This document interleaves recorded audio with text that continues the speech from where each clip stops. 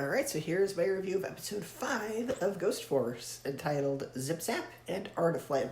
So the first half of this episode is called Zipzap, and the plot of that one is basically there's this ghost that jumps from, electric screens and can basically hypnotize people through the screens and feeds off of electricity.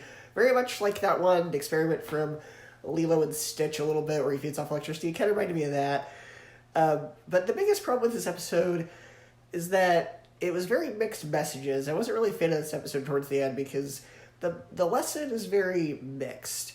Because the character of Crush, he's obsessed with video games. So he's when they're supposed to be fighting the ghost, he's playing this video game because he's obsessed with remaining in the top as the top player and not having his high score beat, which causes the ghost to beat them a couple of times until he needs to learn that he needs to put down the video games and actually pay attention to what he's doing and fight the ghost. But yet at the same time, it's that video game obsession that helps them win, because the other two members of his team get hypnotized by the ghost, and so Miss Jones, I think that's her name, she's the one that makes all their equipment, says, oh yeah, I made this VR headset, which the fact that she was able to whip up this VR headset like that in just a couple of minutes seems very Deus Ex Machina, which is another reason the pacing kind of hurts this show, is because these are all 11 minutes, so it seems you kind of have to be like, it's a little unrealistic there. Even for a show about, kids fighting ghosts, it's still a little bit like, I don't know. So there's only so much disbelief I can suspend. You can't tell me that you made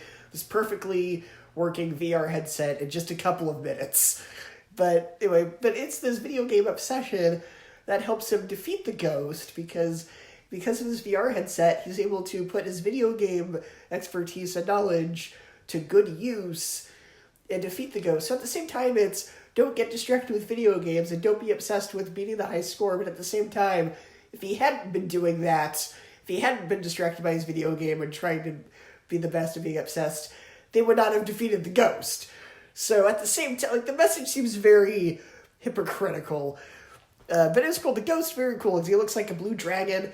And it kind of reminded me of Pokemon a little bit, which I know I've said before, but this one really reminded me of Pokemon, because later on in the episode, it evolves into a different type of dragon, so that was really cool. So even though that episode was mixed, I still kind of enjoyed it. So the second half is an episode called Artiflame, and they literally ripped themselves off from the previous episode, because the ghost in this one looks just like the ghost in the previous episode, except instead of a blue dragon, it's a red dragon.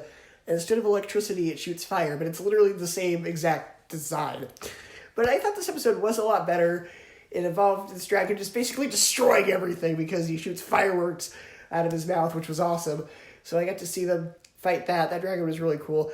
And this one really focused on the character of Andy, and he's trying to see if he can be as fast or faster than this dragon ghost.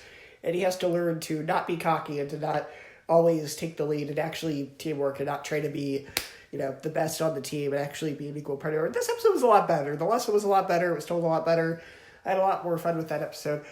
So those are my thoughts on the episode of Ghostforce that aired. Let me know what you guys think.